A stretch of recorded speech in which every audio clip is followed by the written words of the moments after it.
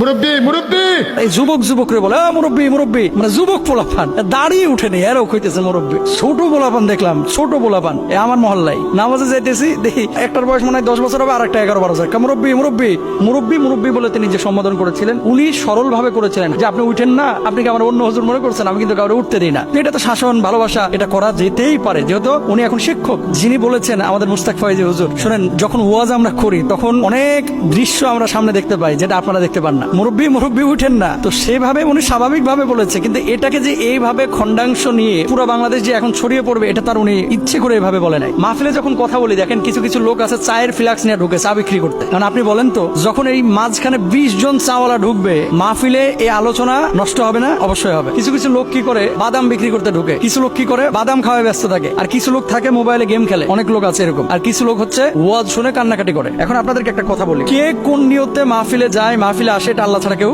জানে না। বক্তাও জানে না, শ্রোতাও জানে না। বক্তা কেন যাচ্ছে, শ্রোতা কেন আসতেছে। মাহফিলে এমন কিছু সিচুয়েশন হয় যে সিচুয়েশন গুলো দেখে বক্তারা হাসি আসে, কিন্তু বক্তা এই হাসিটাকে চেপে রাখে। যেমন আমি দেখেছিলাম গত বছর এক মাহফিলে, যে আমার সামনে দাদা নাতি ওয়াজ শুনতে এসেছে, তো নাতি তো ছোট মানুষ, ঘুমিয়ে গেছে। তো ছোট মানুষ নাতি যে ঘুমিয়ে গেছে, এখন শীতকাল না, তো দাদার লুঙ্গি তো বড়, দাদার লুঙ্গি এমন ভাবে টাইনে সে শুয়ে রয়েছে, দাদা যে মুরব্বী মানুষ, মানে সে যে একেবারে উলঙ্গ হয়ে গেছে, তার লজ্জাস্থান উন্মুক্ত হয়ে যাচ্ছে। দাদার কিন্তু ফিকিরি নাই, ফিলিংসই নাই। মুরব্বী মানুষ, গ্রামের মানুষ, সহজ সরল মানুষ। এরকম অনেক দৃশ্য কিন্তু পাবলিক ফাংশনে এটা দেখা যায়। মুরব্বী মুরব্বী বলে তিনি যে সম্বোধন করেছিলেন, উনি সরল ভাবে করেছিলেন, হাসানোর জন্য করেন নাই যে আপনি উঠেন না, আপনি কি আমার অন্য হুজুর মনে করছেন, আমি কিন্তু কাউকে উঠতে দিই না। তো এটা তো শাসন, ভালোবাসা, এটা করা যেতেই পারে, যেহেতু উনি এখন শিক্ষক। যিনি মাহফিলে বক্তা, তিনি কি করেন, মঞ্চে ওঠার পরে সবাইকে ছাত্র মনে করেন যে আমি কিছু শেখাবার জন্য এসেছি। তো ওস্তাদ ছাত্রকে তো বিভিন্ন ভাবে সম্বোধন করতেই পারে। অনেক সময় তাদের মনোযোগ ধরে রাখার জন্য বিভিন্ন গল্প বলে, মনোযোগ ধরে রাখার জন্য একটু হাসায়, মনোযোগ ধরে রাখার জন্য কখনো কখনো একটু সামাজিক বা পারিবারিক কথাবার্তা বলে। হ্যাঁ, তবে সীমা অতিক্রম যখন হয়ে যায়, অনেকে আছে না, গালি দিচ্ছে তো দিচ্ছে, চালির উপরে পিএইচডি করে আইছে, গালি ছাড়া আর কোনো ওয়াজ নেই। উঠেই মনে করেন সুন্নি ওয়াহাবি এই সেই, মানে খালি গালির উপরে চলতেছে। আমরা সেগুলোর কথা বলতেছি না, আমি বলতেছি স্বাভাবিক, শালীন, নম্র, ভদ্র, এরকম কোন অ্যাটিটিউড যদি আপনি প্রকাশ করেন, এটাতে কোনো সমস্যা নাই। কিন্তু সীমা লঙ্ঘন যখন আপনি করবেন, ক্ষতি আছে এবং এর মধ্যে পাপ আছে। আমাদের যুবকদেরকে একটা কথা বলবো, আমরা যে এটা নিয়ে এত পুরো ছড়িয়ে ফেলেছি, এখন এই যুবক রে বলে মুরব্বী মুরব্বী, মানে যুবক পোলাপান দাঁড়িয়ে উঠেনি এরও কইতেছে মুরব্বী। মুস পাকে নাই, গোপ পাকে না, এরও বলতেছে মুরব্বী। চুল পাকে না, এরও বলতেছে মুরব্বী।